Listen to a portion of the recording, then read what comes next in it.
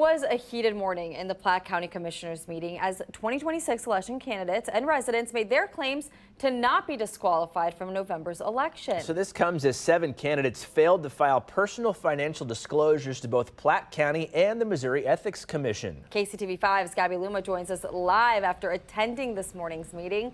Gabby, let's talk about what was discussed because it was a lot. Oh, yes, Carolina. There were many parts of this morning's conversation, but it all ended in votes to not disqualify all of those 7 candidates. Now, just as you touched on, this comes after those candidates, they claim they were misinformed by the Board of Elections via mail regarding those PFD filings. 2 commissioners, Allison Berberick and Joe Vanover, sided with the candidates, while presiding commissioner Scott Fricker remained staunch in his stance of disqualification. Each motion to disqualify was shot down by both Berberick and Vanover.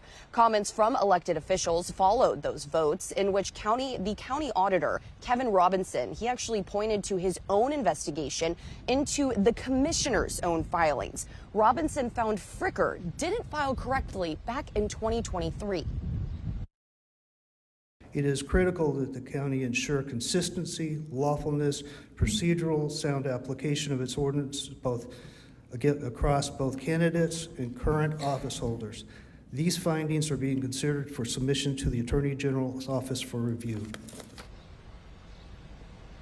Now, I will say 4 of those 7 candidates did withdraw before those votes happened this morning, but all 4 of them are able to refile as either Democrat or independent in July. That is that deadline. For now, reporting live, Gabby Luma, KCTV 5 News. All right, thanks, Gabby. Interesting developments there out of Platte County.